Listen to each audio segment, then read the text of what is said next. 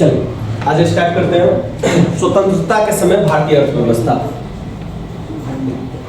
स्वतंत्रता के समय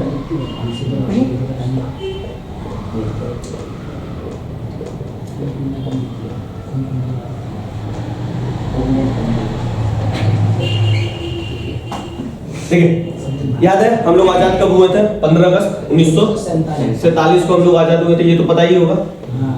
उस समय देश का विभाजन भी हो गया था। तो हमें ये देखना है कि जब भारत स्वतंत्र हुआ था तो उस समय भारतीय अर्थव्यवस्था किस तरह से थी। ठीक है, तो ध्यान रखिएगा कि ब्रिटिश शासन के अंतर्गत हमें गुलाम किसने बनाया था? ब्रिटिश शासन ने। तो ब्रिटिश शासन के अंतर्गत अगर देखा जाए तो भारतीय अर्थव्यवस्था किस तरह से थी वो देखना है हमें। ब्रिटिश शासन के अंतर्गत भारतीय अर्थव्यवस्था,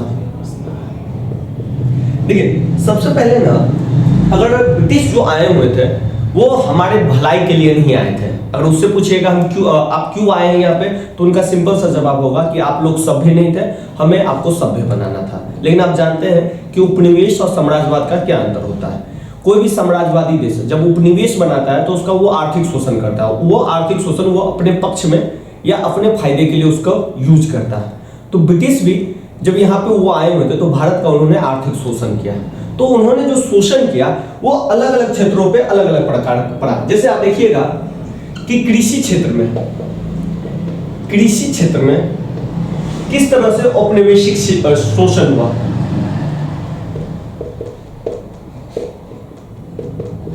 सबसे पहले बात करते हैं कृषि का किस तरह से शोषण हुआ।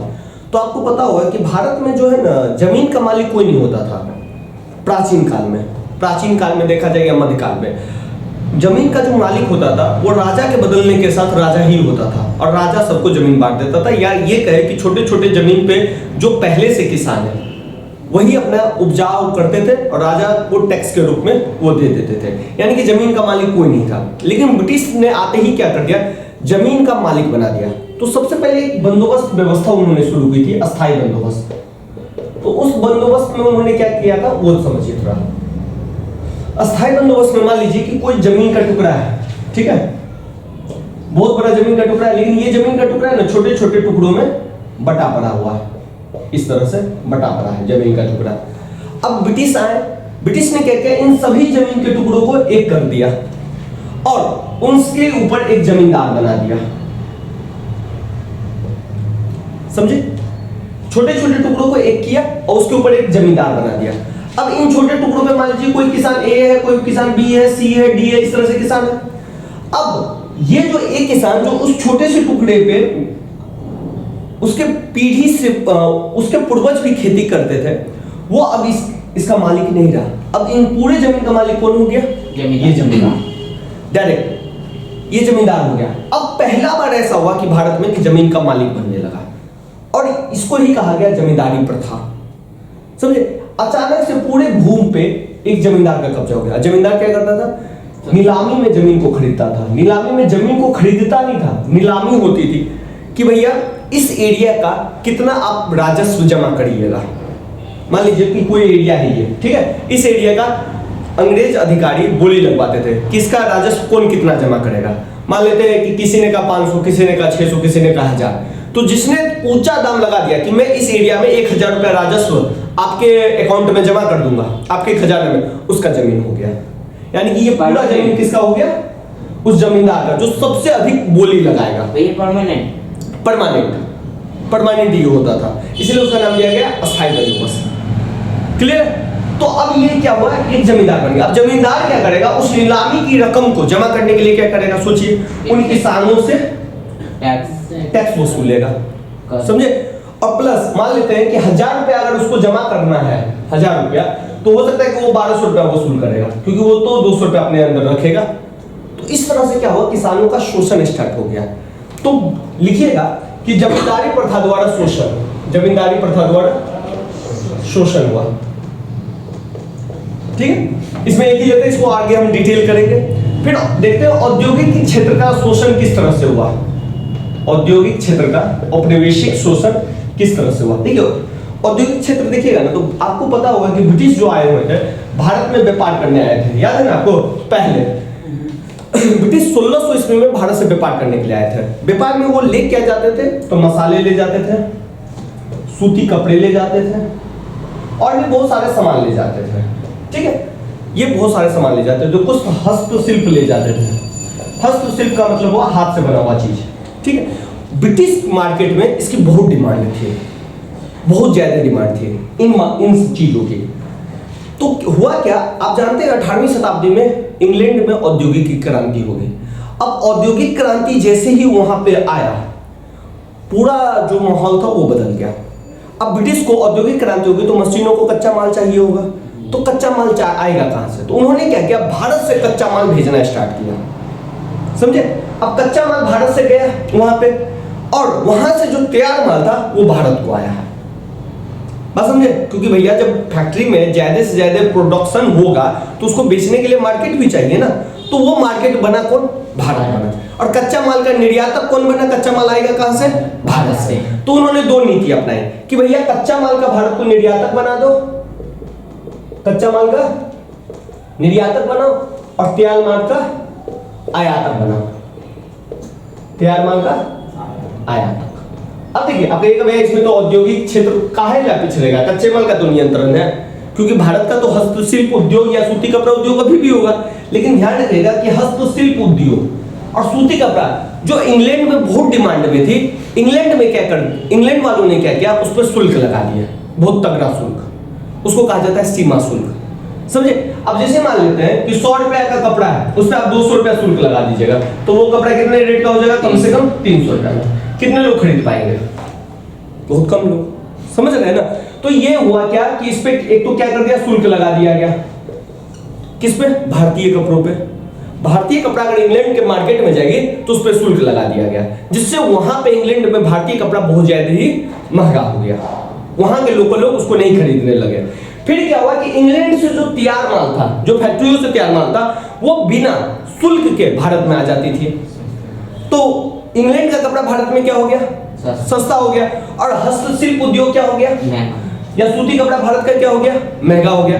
तो लोग सस्ता वाला चीज खरीदेंगे या महंगा वाला चीज खरीदेंगे? सस्ता वाला। तो इस तरह से औद्योगिक क्षेत्र में हस्तशिल्प उद्योग को अंग्रेजों ने तहस नहस कर दिया और भारत को सिर्फ बना दिया कच्चे माल का निर्यातक और तैयार माल का आयातक। ये सब पॉइंट जो है ना आगे और डिटेल होंगे, और यही पॉइंट सब रिपीट होंगे, तो थोड़ा सा ध्यान से देख लीजिएगा इस सब चीज को। कोई दिक्कत इसमें? अब देखिए भारत का व्यापार कैसे था।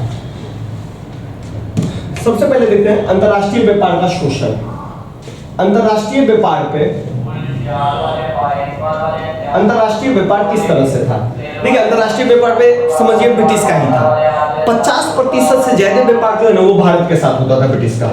मतलब भारत और ब्रिटिश का व्यापार होता था। और आप जानते हैं कि भारत अगर कोई सामान भेजता था वो क्या भेजता था? कच्चा माल भेजता था। अगर कोई सामान हस्तशिल्प उद्योग या सूती कपड़ा का कोई सामान भेजता था तो उस पर बहुत ज्यादा क्या लग जाता था? शुल्क ज्यादा लग जाता था।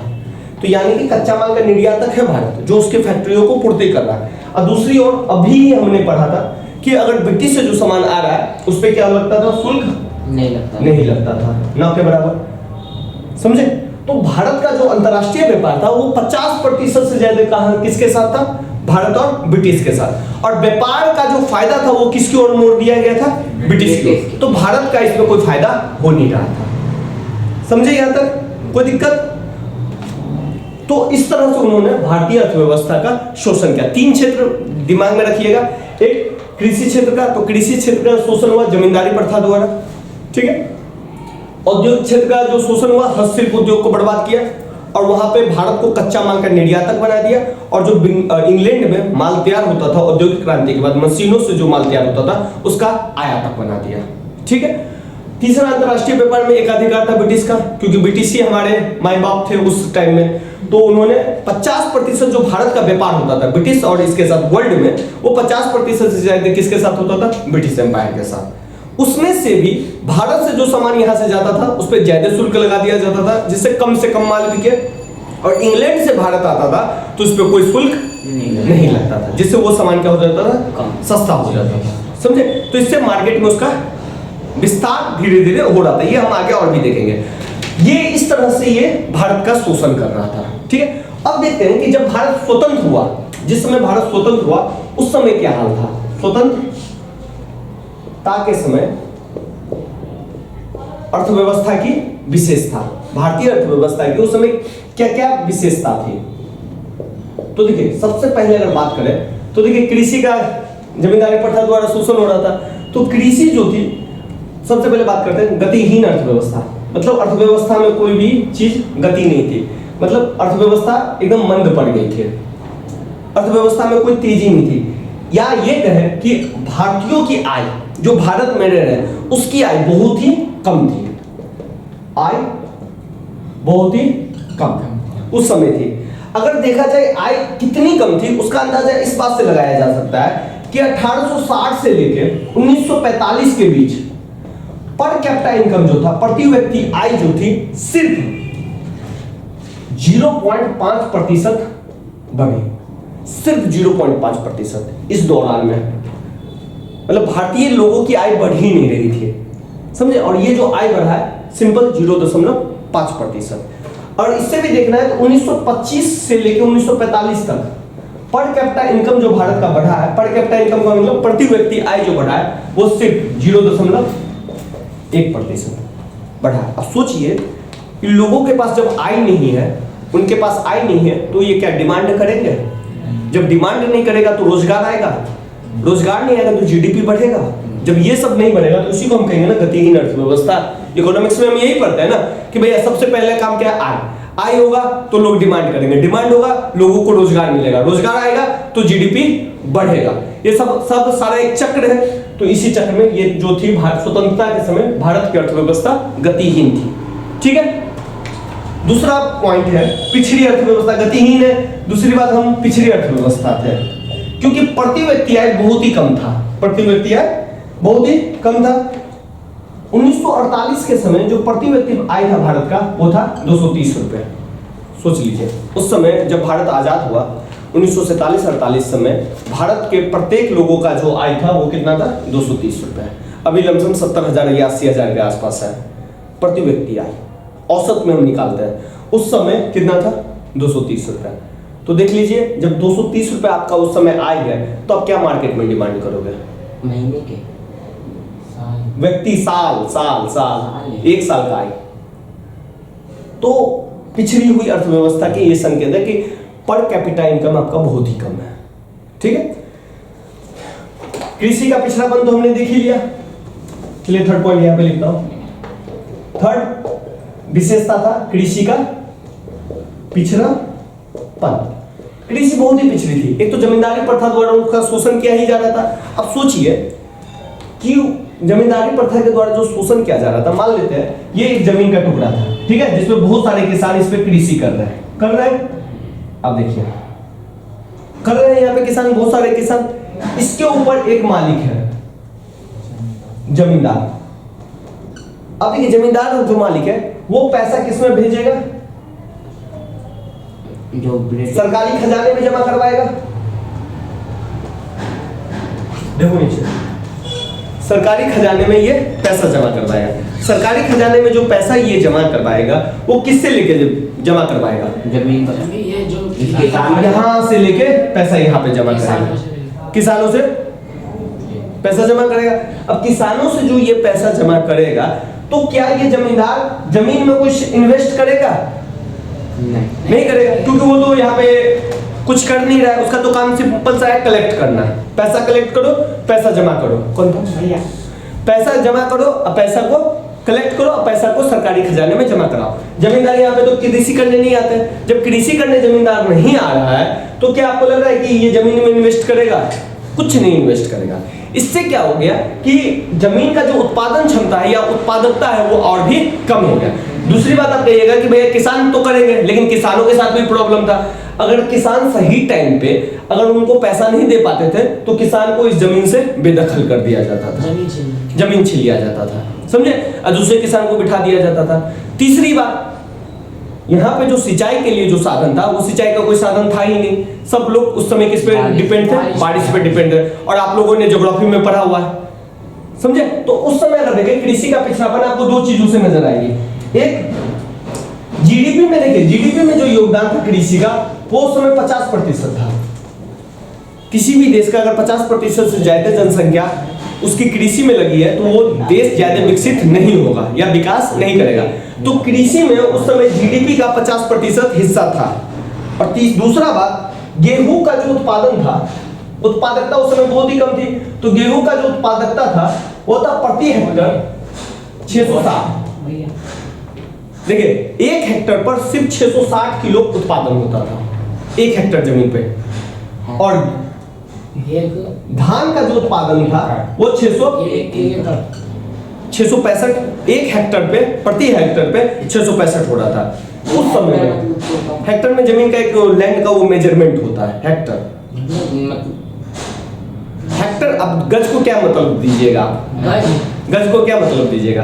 हेक्टर एक बड़ा सा टुकड़ा होता है जमीन पे जिसको गज का नहीं होता, एकड़ से बड़ा होता है, उसी एकड़ से छोटा होगा, छोटा है, हाँ छोटा होगा। बिघा नहीं, बिघा से बड़ा होगा एकड़, बीघा से बड़ा। उसको मैं बाद में कैलकुलेशन करूंगा, पहले ये देख लेते हैं, ठीक है। अब सुनिए, धान का जो उत्पादन होता था उस समय 665 हो रहा था प्रति हेक्टर किलो। लेकिन बाद में जो स्वतंत्र भारत हुआ तो 2017-18 के अनुसार भारत का जो उत्पादकता था गेहूं में चला गया 3371 हेक्टर, 3371 प्रति हेक्टर जो भारत का उत्पादन था वो 3371 था। और धान का जो उत्पादन चला गया वो 2578 चला गया। देखिए कितना का अंतर आ गया। 1948 के समय गेहूं की उत्पादकता इतनी कम थी और धान की उत्पादकता इतनी थी। इससे पता चलता है कि कृषि कितना पिछड़ा हुआ था। ये 2017-18 का डेटा है और ये डेटा है, ये 1948 का डेटा है। ये डेटा किसका है? 1948 का। देखिए कितना का अंतर है। तो स्वतंत्रता के समय भारतीय अर्थव्यवस्था में कृषि जो था बहुत ही पिछड़ा था, ठीक है। यहां तक समझने में दिक्कत है? चौथा पॉइंट बात करते हैं। औद्योगिक रूप से भी हम काफी सारे पिछड़े हुए थे। औद्योगिक पिछड़ापन क्यों? हमारे कुटीर उद्योग नष्ट कर दिए गए थे, हस्तशिल्प उद्योग।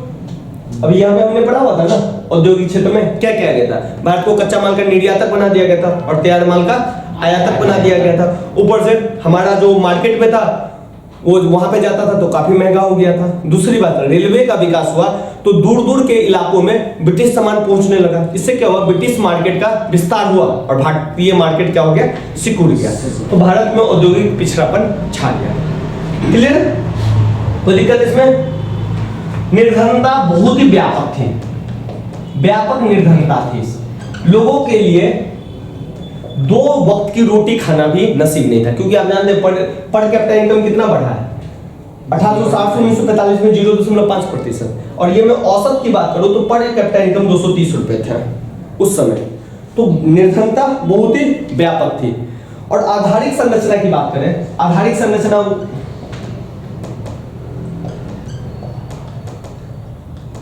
तो उस समय बिजली उत्पादन जो भारत में होता था, ये सब डेटा थोड़ा सा आपको याद रखना पड़ेगा, ध्यान रखिएगा। बिजली उत्पादन जो भारत में हो रहा था वो 2100 मेगावाट हो रहा था। क्या 2100 मेगावाट? अभी लाखों में हो रहा है। तो उस समय बिजली थी नहीं। और आप जानते हैं किसी भी उद्योग के लिए सबसे ज्यादा जरूरी चीज क्या होता है? उसका ऊर्जा। भारत में ऊर्जा भी नहीं था। रेलवे लाइन जो सिंपल सा था, एक रेलवे लाइन जो था बिछा हुआ भारत में 155,000 किलोमीटर, और वो भी आपको पता है किसके लिए? ब्रिटिश वस्तुओं को पहुंचाने के लिए और कच्चा माल को लाने के लिए। समझ गए? पक्की सड़कों का निर्माण नहीं, देखो रेल लाइन का जो विकास था ना वो था 53,596 किलोमीटर। इतना किलोमीटर सिंपल सा था, इतने ही किलोमीटर पर ये लाइन बिछा हुआ था, इससे ज्यादा नहीं था उस समय। और वो भी रेलवे लाइन क्यों बिछा हुआ था आपको पता ही है, समझे? तो भारतीय अर्थव्यवस्था स्वतंत्रता के समय ये स्थिति थी।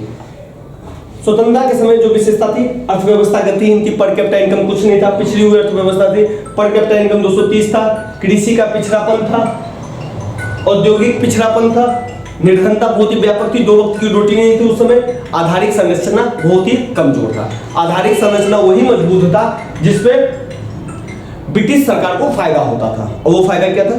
कच्चे माल को कलेक्ट करना है, बंदरगाह तक पहुंचाना है और फिर उसको ब्रिटेन भेज देना है, फिर तैयार माल को लाना है और भारतीय के छोटे छोटे मार्केट में भी पहुंचाना है। यहां तक समझ में आया? कोई दिक्कत? नेक्स्ट टॉपिक हम चलेंगे। स्वतंत्रता के समय अब थोड़ा सा अलग अलग समय पढ़ते हैं। पहले हम देख लेंगे कृषि को, फिर औद्योगिक को देख लेंगे, फिर व्यापार को देख लेंगे। ठीक है, धीरे धीरे पार्ट बाय पार्ट पढ़ते हैं। इसमें कुछ समझने की बात है तो बता दीजिए हमको। चलिए, सबसे पहले हमने देखा स्वतंत्रता के समय भारतीय अर्थव्यवस्था, दो चीजें बात किया कि किस तरह से हमारे ब्रिटिश ने हमारा शोषण किया अर्थव्यवस्था का। फिर हमने ये देखा कि स्वतंत्रता के समय हमारी अर्थव्यवस्था की विशेषता कैसी थी। तो हमने देखा कि पिछड़ी अर्थव्यवस्था थी, गतिहीन अर्थव्यवस्था थी, निर्धनता व्यापक थी, कृषि क्षेत्र का विकास नहीं था। ये सब हमने देखा, ये सब पॉइंट। ठीक है, अब थोड़ा सा बारी बारी से ना हर एक पॉइंट पे आते हैं कि कृषि क्षेत्र उस समय कैसा था। तो उस समय हमने देखा था इस पॉइंट में कि उत्पादकता बहुत कम थी। तो ठीक है, सबसे पहले बात करते हैं कि स्वतंत्रता के समय कृषि क्षेत्र कैसा था। स्वतंत्रता के समय कृषि क्षेत्र, सबसे पहले बात कर लेते हैं कृषि क्षेत्र की। देखिए, कृषि क्षेत्र में आपने दो पॉइंट तो पहले देख लिया है कि उत्पादकता क्या थी, बहुत ही कम थी। ठीक है, ये तो आपने देख लिया था। दूसरी बात, उत्पादकता कम थी, उस समय सिंचाई के साधन भी नहीं थे। तो उत्पादकता कम होने का एक कारण यह भी थी कि अनिश्चितता ज्यादा थी। क्यों? क्योंकि वर्षा पे निर्भरता था, अधिक उपज वाले बीज नहीं थे। बिल्कुल, ये सब ज्यादा था। समझ गए? तीसरी बात क्या था कि कृषि क्षेत्र और भी पिछड़ा था क्योंकि निर्वाह कृषि पे हम लोग ज्यादा ध्यान देते थे। निर्वाह कृषि समझते हैं ना? अच्छा, वो कृषि जिसमें उतना ही अनाज उत्पादन होता था जितना हमारा पेट चल जाए या उस परिवार का घर चल जाए। समझे? उसी को हम कहते हैं निर्वाह कृषि, यानी कि व्यापारिक नकदी फंस पे उतना ध्यान नहीं था।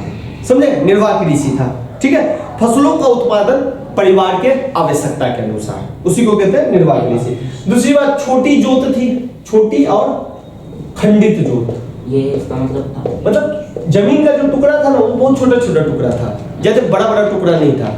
मतलब जब भारत में क्या होता है ना कि जमीन बट जाता है ना, अगर आपके बाप के पास 10 कट्ठा जमीन है या 10 बीघा जमीन है, उसके 4 बेटे हुए तो अढ़ाई बच्चे बट जाएगा। फिर उसके अगर 3 बेटे भी हुए और बढ़ जाएगा, अगर उसने नहीं कुछ और अड़ जा तो। समझे? तो ये क्या होता है ना, जमीन का टुकड़ा है ना धीरे धीरे और छोटा हो जाता है। खंडित का मतलब वही छोटा टुकड़ा, तो छोटी जोत या खंडित जोत। समझ गए? तो कृषि क्षेत्र में अब जब जमीन का टुकड़ा एक साथ नहीं है तो क्या उत्पादकता ज्यादा होगी, और छोटी छोटी जोत है तो इसका मतलब क्या, इन्वेस्टमेंट ज्यादा है और उत्पादन कम है। तो कृषि क्षेत्र इसलिए भी पिछड़ा था। दूसरी बात, कृषि क्षेत्र को और जो नुकसान पहुंचा रहा था वो ब्रिटिश का जमींदारी पर था, जो मैंने शुरू में ही बात किया हुआ था। ठीक है, तो एक तरह की जमींदारी प्रथा नहीं था, 3 तरह का जमींदारी प्रथा था। एक तो अस्थाई बंदोबस्ताई, जिसके बारे में हमने आपको बताया कि एक जमींदार होता था जिसका काम था कलेक्ट करके पैसा देना। ठीक है, एक व्यवस्था बाद में आया, रैयतवाड़ी व्यवस्था। समझे? रैयतवाड़ी में क्या था, रैयत का अर्थ होता है किसान। तो उसमें एक ही काम था कि किसान जो है अपना टैक्स जो है या अपना भू राजस्व खुद जमा करेगा। समझे? यहाँ पे जमींदार हो गया था और यहाँ पे किसान खुद। ये तो इसमें जमींदार का कोई फायदा नहीं होगा। तो इसमें जमींदार है ही नहीं ना। ठीक है, इसमें किसान खुद जमा करेंगे। ठीक है, और एक था महालवाड़ी। तो महालवाड़ी का अर्थ था, महाल का अर्थ होता है गाँव, मतलब गाँव का जो मुखिया होगा या सरपंच होगा वो उस गाँव से इकट्ठा करेगा और वो जमा करेगा। ठीक है, इस व्यवस्था में क्या था कि ये हमेशा तक चलेगी। एक बार अगर दंड हो गया तो वो आजादी तक चली। इसमें ये था इस दोनों में कि 15-15 साल या 10-10 साल के बाद उस टैक्स सिस्टम को फिर से रीएन्यू किया जाएगा। समझ गए? मतलब फिर से उसको चेक किया जाएगा, बढ़ाने वाली बात होगी तो बढ़ाएंगे। समझे? तो ये बात थी रैयतवाड़ी और महालवाड़ी में। तो इस 3 तरह की व्यवस्था थी, जिनमें सबसे खराब व्यवस्था मानी गई अस्थायी बंदोबस्त को। किसानों को हटा ही दिया जाता था, बेदखली कर दिया जाता था। समझे? और दूसरा बात था कृषि पे बाध्यकारी व्यापारी ऋण। अब ये कहिएगा ये क्या नया टॉपिक आ गया है, बाध्यकारी ऋण का मतलब क्या समझेंगे? तो देखिए, इसका मतलब ये था, आपको पता है कि भारत से ब्रिटिश जो है कच्चा माल ले जाता था। तो कच्चा माल के स्वरूप में बहुत सारा चीज ले जाता था, नकदी फसल भी ले जाता था। तो नकदी फसल में उस समय नील का विकास नहीं हुआ था, कृत्रिम नील का, ब्लू रंग के लिए। तो एक नील का पौधा होता था, समझे? तो उस नील का पौधा को भारत में उपजाया जाता था।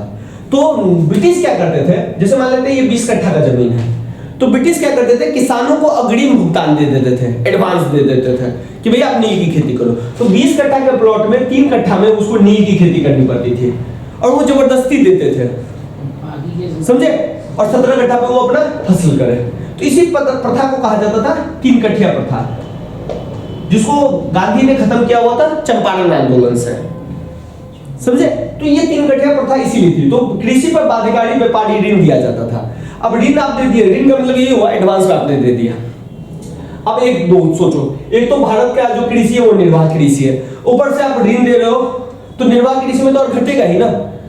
तो क्या अकाल नहीं बढ़ेगा, भुखमरी बढ़ेगा कि नहीं बढ़ेगा। और दूसरी बात, जर्मनी में सेकेंड वर्ल्ड वॉर के बाद क्या हुआ, फर्स्ट वर्ल्ड वॉर से पहले जर्मनी में कृत्रिम नील की खोज हो गई। जैसे कृत्रिम नील की खोज हुई तो इस नील का कोई जरूरत है नहीं, क्योंकि प्राकृतिक नील बनाने में आपको टाइम चाहिए, क्योंकि हो सकता है उस फसल को पकने में या बनने में 4 से 5 महीना लग जाए, लेकिन कृत्रिम नील तुरंत तैयार हो जाएगा। लैब में जाइए तैयार कर लीजिए। दूसरी बात, कृत्रिम नील जो है काफी सस्ता भी होता था, अब प्राकृतिक नील काफी महंगा। तो जैसे जर्मनी में कृत्रिम नील की खोज हो गई तो इस नील पे क्या हो गया, भार हट गया।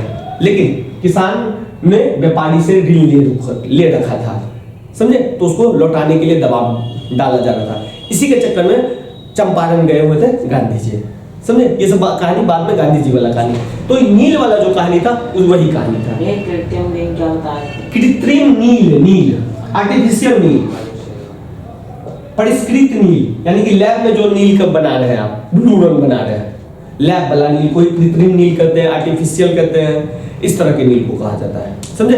प्राकृतिक नील जो खेत में आप उगाते हो, एक पौधा होता है जिससे ना नील निकाला जाता है, समझे, उसके फल बल से, हाँ, समझे।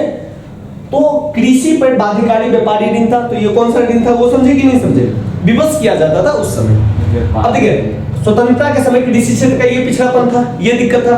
अब देख लेते थोड़ा औद्योगिक क्षेत्र का पोजीशन क्या था। औद्योगिक क्षेत्र, इसका तो आपने देखा ही था कि प्रशुल्क नीति जो थी किसकी, अंग्रेज सरकार की, वो विवेकपूर्ण थी। विवेकपूर्ण समझे, विवेकपूर्ण का मतलब भारत से जो जाता था कोई सामान तो उस पर टैक्स ऊंचा था, और भारत जो सामान आता था उस पर टैक्स था ही नहीं। तो ये प्रशुल्क क्या था, विवेकपूर्ण था ना। अगर रखिए तो इक्वल रखिए, नहीं है तो किसी पे नहीं है, अगर है तो दोनों पे है। लेकिन ये था, भारत से कोई सामान जाता था तो उस पर अगर सूती कपड़ा सब जाता था, समझे, तैयार माल जो हस्तशिल्प का डिमांड था ब्रिटिश में, तो उस पर ज्यादा टैक्स था। 400% टैक्स इंक्रीज कर दिया गया इसके बाद, औद्योगिक क्रांति के बाद, समझे। और भारत में जो आता था उसमें कोई टैक्स ही नहीं लगता था। तो इससे 2 नुकसान हुए, भारतीय बाजार भी गया, अब ब्रिटिश बाजार भी गया। ब्रिटिश बाजार क्यों गया, क्योंकि रेट बहुत महंगा हो गया। भारतीय वाले भी तो हुआ ना, क्या भारतीय वालों को हुआ, अरे बेवकूफ लड़का, कहाँ तुम्हारा ध्यान रहता है, भटक जाते हो क्या तुम। नहीं, ब्रिटिश है ये, ब्रिटेन ही है, मान लेते हैं, ठीक है। अब ब्रिटेन के मार्केट में भारतीय कपड़ों की डिमांड है, औद्योगिक क्रांति यहाँ हो चुकी है, अब डिमांड है यहाँ पे भारतीय कपड़ों की, तो ब्रिटिश को अपना माल भी बेचना है, तो अपना माल बेचने के लिए इसके माल को कम करना पड़ेगा, कम तो कर नहीं सकता है, तो उसने क्या किया, 400% टैक्स बढ़ा दिया। अब इससे माल तो बढ़ गया ना, माल का रेट, टाइम बढ़ गया। अब टाइम जैसे बढ़ा, बहुत कम लोग इसको खरीदने लगे, जो ज्यादा धनी मनी थे वो खरीदने लगे, बाद बाकी लोगों ने खरीदना बंद कर दिया। तो क्या हुआ, भारतीय कपड़े का हस्तशिल्प मार्केट यहाँ पे टूटा।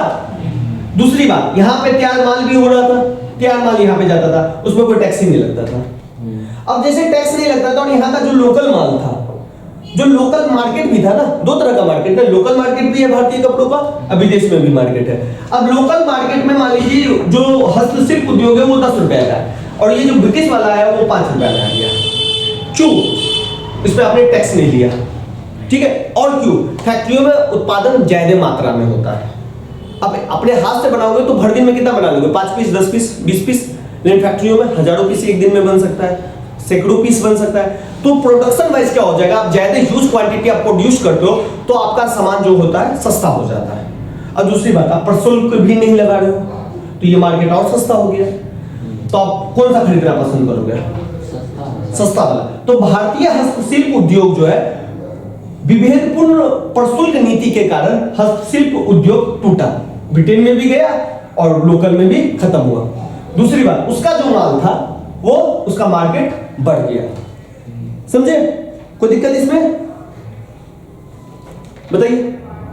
चलिए हटाए, नेक्स्ट पॉइंट चले।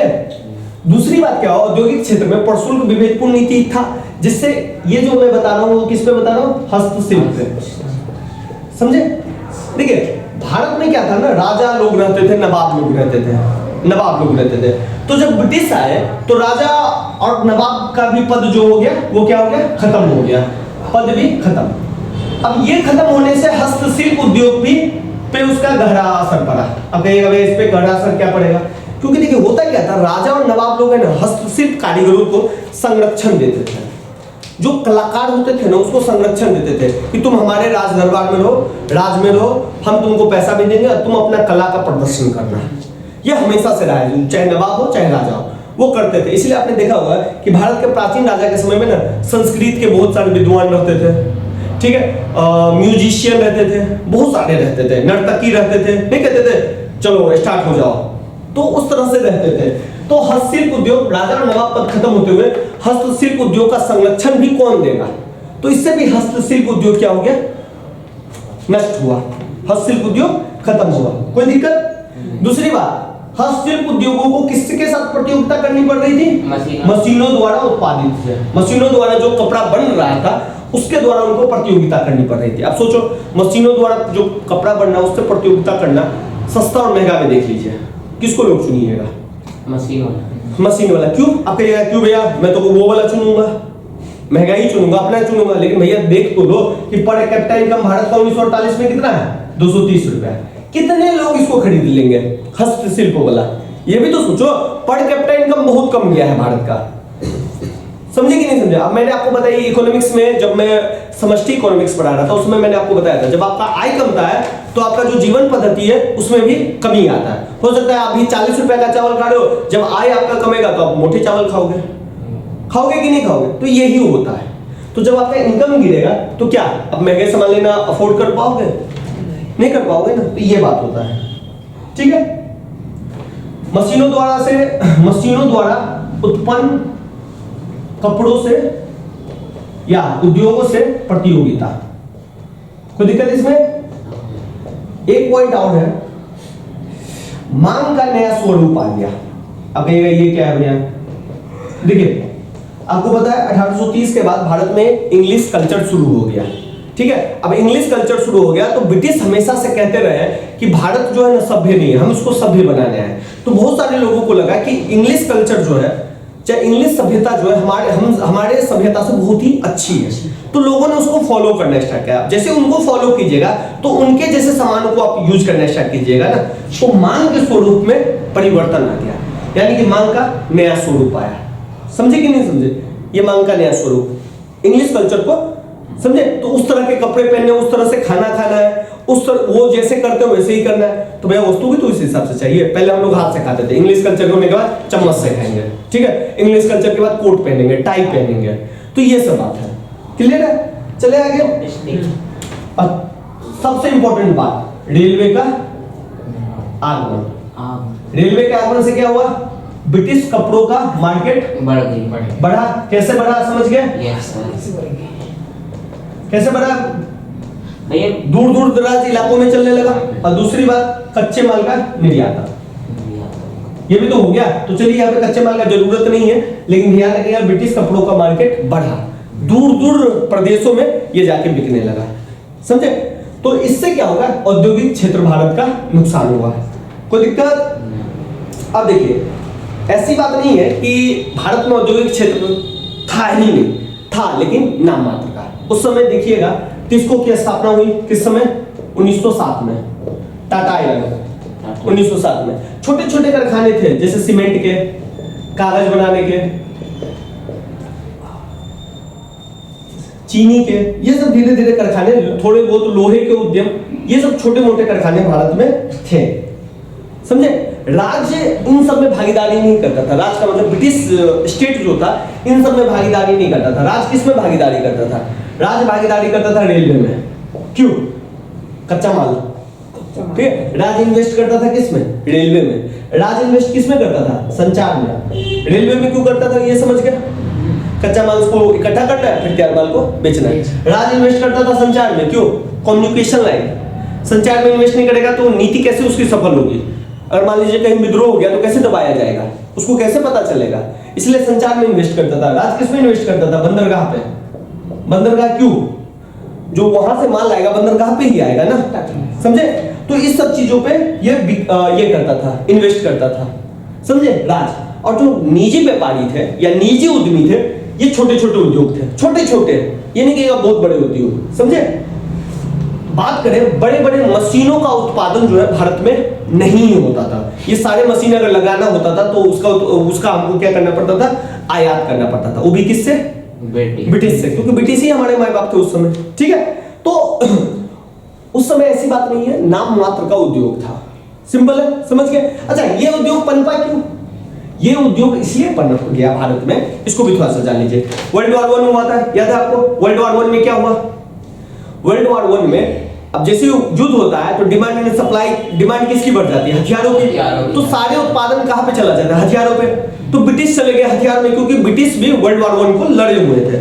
अब जैसे वो हथियारों की ओर चले गए तो कुछ वस्तुओं का डिमांड क्या हो गया? बढ़ गया। मतलब डिमांड तो बढ़ गया वस्तु हथियारों का, तो ब्रिटिश चले गए वहां। लेकिन कुछ और भी तो वस्तु है जिसका डिमांड है मार्केट में, कागज, चीनी, लोह उद्योग। इसके लिए ये सब उद्योग जो है थोड़ा सा भारत में विकास किया।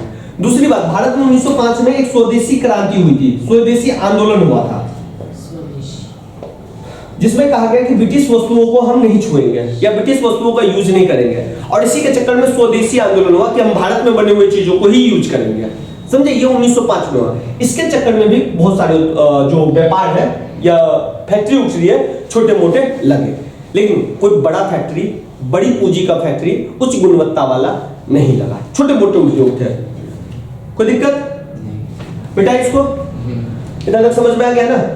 अब थोड़ा सा चल लेते हैं विदेशी व्यापार कैसा था। तो विदेशी व्यापार के बारे में मैंने आपको बताया ही दिया था।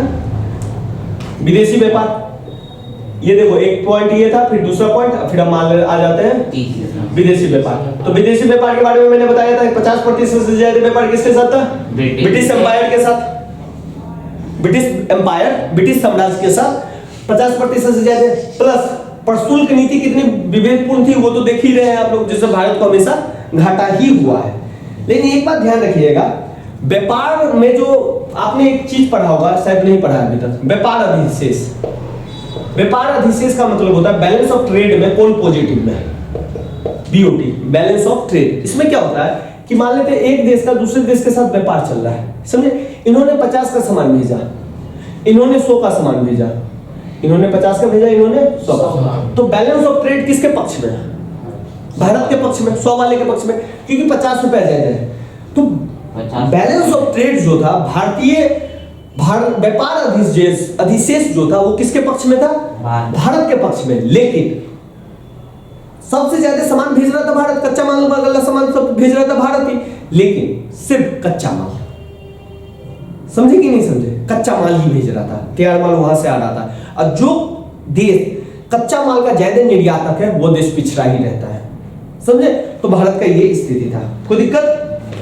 तो विदेश वाला भी समझ गए, सॉरी व्यापार वाला भी समझ गए। अब उस समय थोड़ा सा देख लेते हैं कि जन्म दर कैसा था, मृत्यु दर कैसा था, लोग शिक्षित थे या नहीं थे, इन सब चीजों को देख लेते हैं।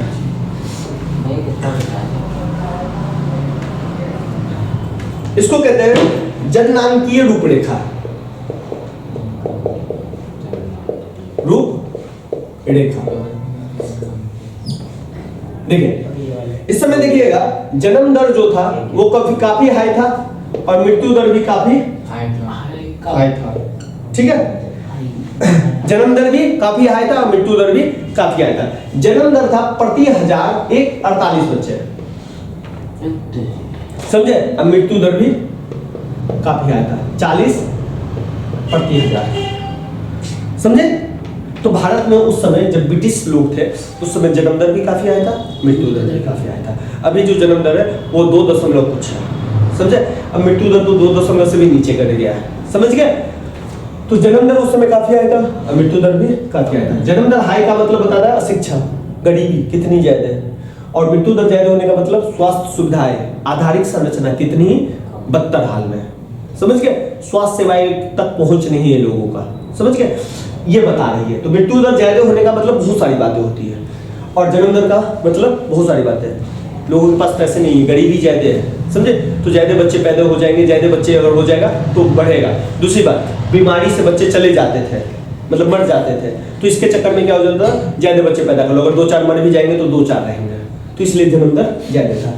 दूसरी बात, शिशु मृत्यु दर। शिशु मृत्यु दर होता क्या है ये समझिए। 1 साल के कम बच्चे 1 वर्ष भी नहीं जो पूरा कर पाते हैं, उससे पहले जो मर जाते हैं उसको कहा जाता है शिशु मृत्यु दर। तो ध्यान रखिएगा, भारत में देखिए शिशु मृत्यु दर कितना था उस समय, 218 था।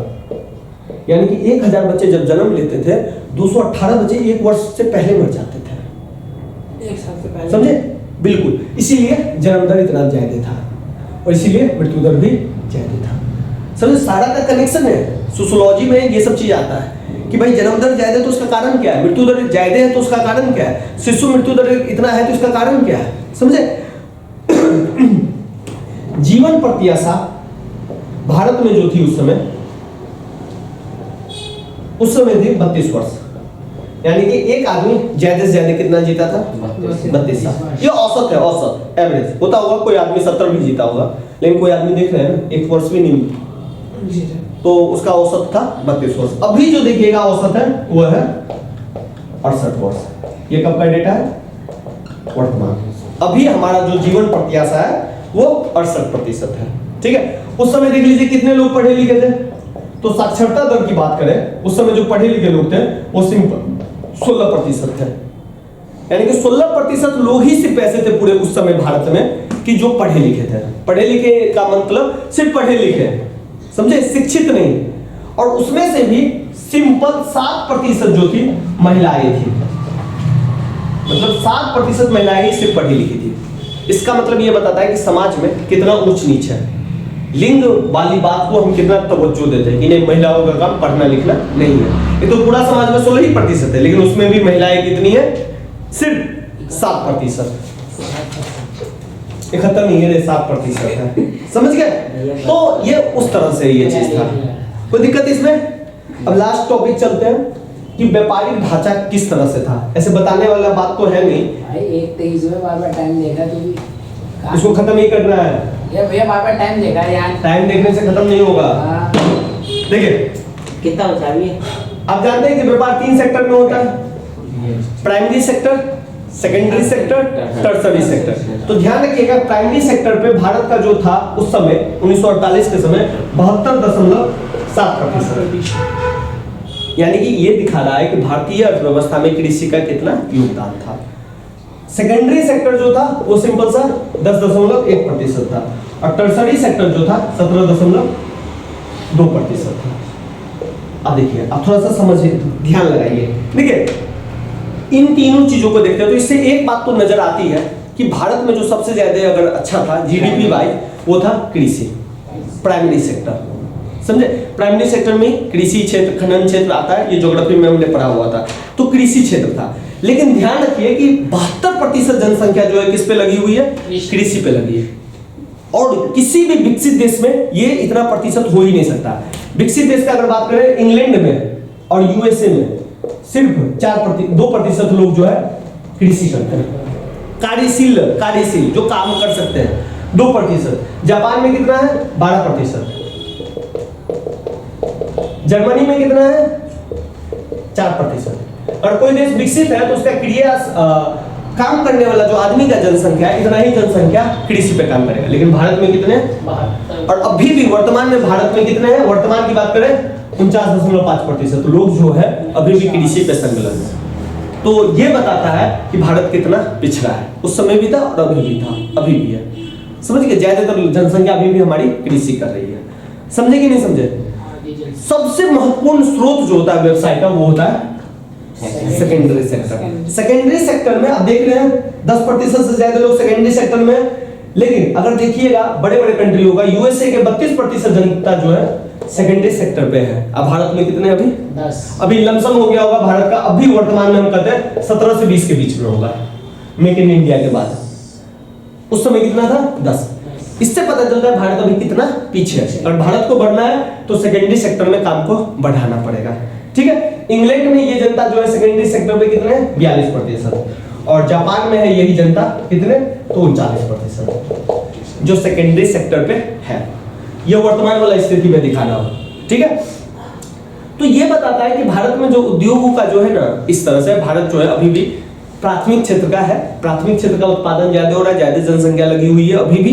तो इससे ये बताता है कि भारत अभी भी कच्चे माल का निर्यातक है, ठीक है। और जैसे जब जो भी देश कच्चा माल का ज्यादा निर्यात करेगा वो देश क्या हो जाएगा, वो विकसित नहीं हो पाएगा। अगर जिस देश को विकसित होना है वो सेकेंडरी सेक्टर पे फोकस करेगा, समझे, क्योंकि सबसे ज्यादा रोजगार कौन देता है, सेकेंडरी सेक्टर। ऐसे देखा जाए तो भारत में सबसे ज्यादा रोजगार कौन दे रहा है, कृषि। लेकिन आप जानते हो उत्पादन उतना है नहीं, यहाँ पे परछन बेरोजगारी है। परछन बेरोजगारी का मतलब छुपी हुई बेरोजगारी, मतलब 2 आदमी से कृषि हो सकता है लेकिन घर पे 10 आदमी है तो चलो खेती में चल जाता है। तो आपको लगता है कि 10 आदमी रोजगार में, लेकिन एक्चुअली में वो काम 2 आदमी भी कर सकता है, समझे। तो लगता है कि 8 आदमी भी लगे हुए हैं लेकिन वो छिपी हुई बेरोजगारी है। तो परछन बेरोजगारी यहाँ पे ज्यादा है। अगर देश को आगे बढ़ना है तो अपना पूरा ध्यान इस पे लाना होगा। अभी भारत का टर्सरी सेक्टर बहुत ही ज्यादा ग्रो किया है, अभी भारत का टर्सरी सेक्टर 1991 के बाद। तो यही सब कुछ प्रॉब्लम थे, उसको देख लीजिएगा। और थोड़ा बहुत सारा पॉइंट बचा हुआ है, नहीं तो चैप्टर क्लोज है। और ये सब का काम हमको पड़ेगा सेकंड में। जब देखिए ये अभी आपने क्या देखा कि भारत में जो स्वतंत्रता संग्राम के बाद या स्वतंत्रता के बाद जो अर्थव्यवस्था जिस तरह से थी, तो पंचवर्षीय योजनाओं में हम उसी तरह का काम करेंगे, समझे। मतलब अब देखिए हमको तो पता चल गया कि भारतीय अर्थव्यवस्था ऐसी है, अब ऐसी है तो हमको विकास भी उसी आधार पे करना चाहिएगा ना। तो उसी आधार पर हम क्या करेंगे, विकास करेंगे। आज के लिए खत्म करते हैं।